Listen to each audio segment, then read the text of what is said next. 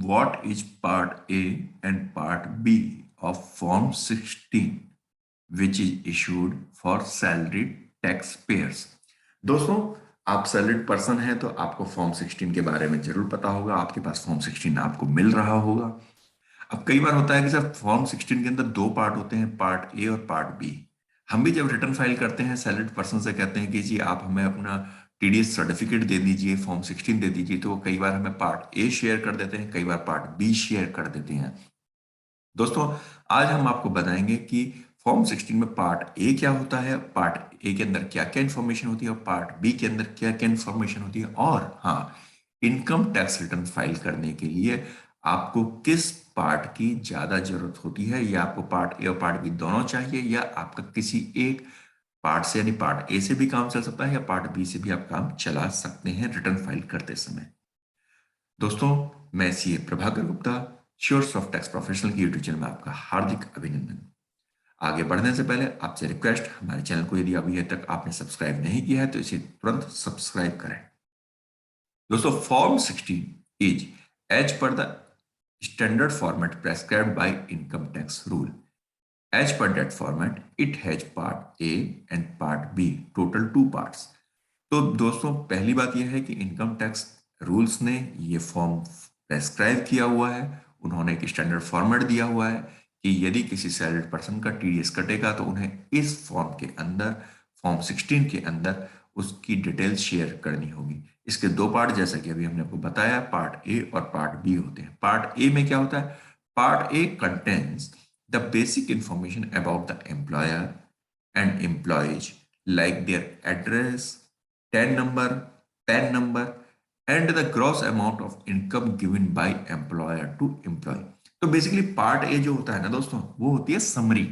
Summary क्या होती है कि जी, सबसे पहली बात कि भाई एम्प्लॉयर का नेम, एड्रेस, उसका पैन नंबर, टैन नंबर आपको मिल जाएगा।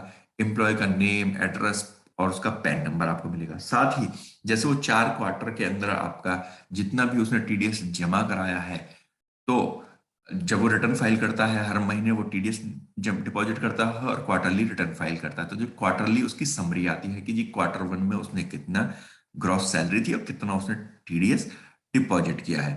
तो ये एक आपको समरी फॉर्म में मिलता है। और पार्ट बी होता है डिटेल्ड फॉर्म। डिटेल फॉर्म का मतलब part B contains detail about income from different sources, deductions and the taxes deducted. जी हाँ, तो पार्ट बी के अंदर आपको आएगा कि जी दिस इज द सैलरी। आप उसके अलावा आपके कितनी परक्यूजिट्स थे, परक्यूजिट्स आपके आ जाएंगे।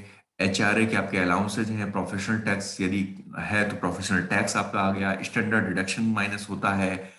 उसके अलावा आपने जो एटीसी के जो क्लेम्स किए हैं वो क्लेम उसके अंदर शो होते हैं।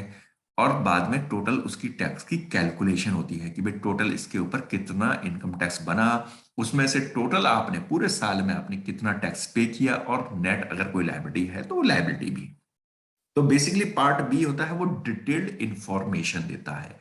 और part B is very important for filing income tax return.